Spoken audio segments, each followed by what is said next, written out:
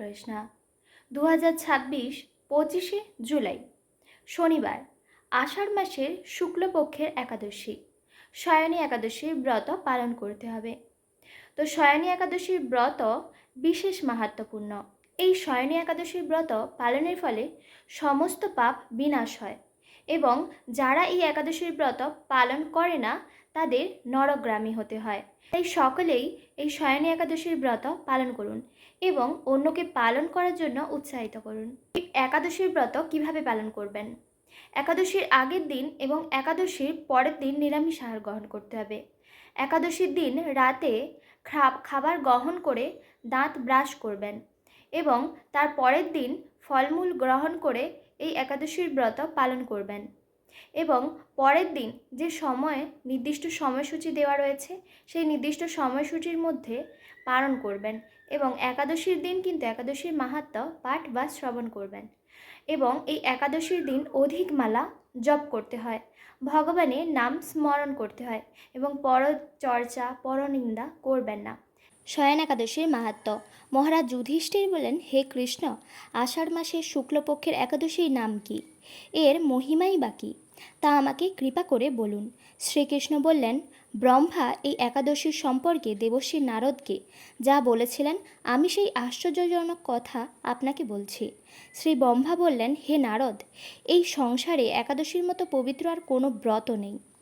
সকল পাপ বিনাশের জন্য এই বিষ্ণুব্রত পালন করা একান্ত আবশ্যক। যে ব্যক্তি এই প্রকার পবিত্র পাপনাশক এবং সকল অভীষ্ট প্রদাতা একাদশীর ব্রত না করে তাকে নরকগামী হতে হয়। আষাঢ়ের শুক্লপক্ষের এই একাদশী শয়নী নামে বিখ্যাত। শ্রী ভগবান ঋষিকেশের জন্য এই ব্রত পালন করতে হয়। এই ব্রতের সম্বন্ধে এক মঙ্গলময় পৌরাণিক কাহিনী আছে, আমি এখন তা বলছি। বহু বছর পূর্বে সূর্যবংশে মান্ধাতা নামে একজন রাজশ্রী ছিলেন।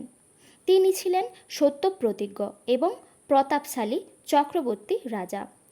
প্রজাদেরকে তিনি নিজের সন্তানের মতো প্রতিপালন করতেন। সেই রাজ্যে কোনো রকম দুঃখ, রোগ ব্যাধি, দুর্ভিক্ষ, আতঙ্ক, খাদ্যাভাব অথবা কোনো অন্যায় আচরণ ছিল না। এইভাবে বহুদিন অতিবাহিত হলো, কিন্তু একসময় হঠাৎ দৈব দুর্বিপাকে ক্রমাগত 3 বছর সে রাজ্যে কোনো বৃষ্টি হয়নি। দুর্ভিক্ষের ফলে সেখানে দেবতাদের উদ্দেশ্যে দানমন্ত্রের স্বাহা সধা ইত্যাদি শব্দ বন্ধ হয়ে গেল, এমনকি বেদপাঠও ক্রমশ বন্ধ হলো। তখন প্রজারা রাজার কাছে এসে বলতে লাগলো, মহারাজ, দয়া করে আমাদের কথা শুনুন। শাস্ত্রে জলকে নার বলা হয়, আর সেই জলে ভগবানের অয়ন অর্থাৎ নিবাস, তাই ভগবানের এক নাম নারায়ণ। মেঘরূপে ভগবান বিষ্ণু সর্বত্র বাড়ি বর্ষণ করেন। সেই বৃষ্টি থেকে অন্ন এবং অন্ন খেয়ে প্রজাগণ জীবন ধারণ করেন। এখন সেই অন্নের অভাবে প্রজারা ক্ষয়প্রাপ্ত হচ্ছে।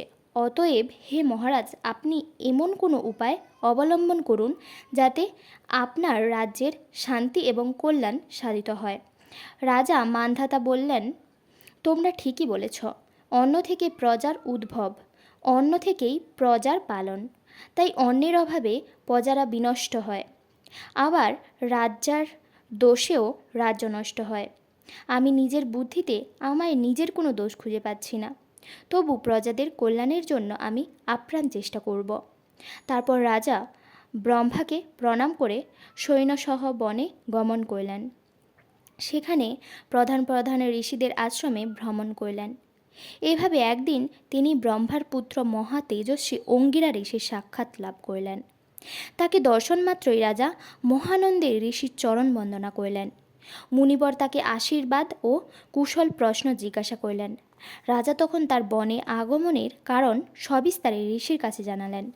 ঋষি অঙ্গিরা কিছু সময় ধ্যানস্থ থাকার পর বলতে লাগলেন, হে রাজন, এটি সত্যযুগ। এই যুগে সকল লোক বেদপরায়ণ এবং ব্রাহ্মণ ছাড়া অন্য কেউ তপস্যা করে না। এই নিয়ম থাকা সত্ত্বেও এক শূদ্র এ রাজ্যে তপস্যা করেছে।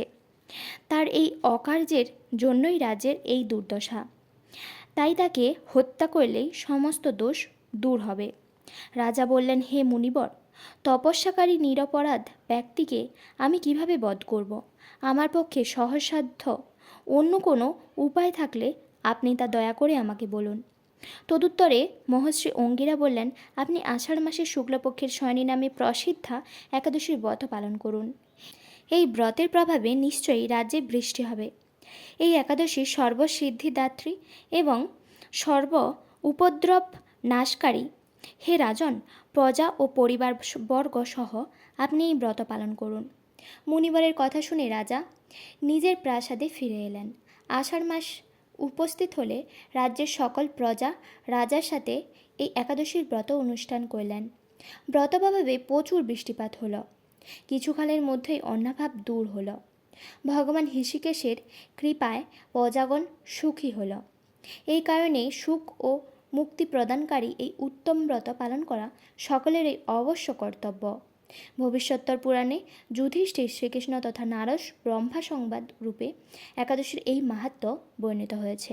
পরের দিন পায়নের সময়সূচি।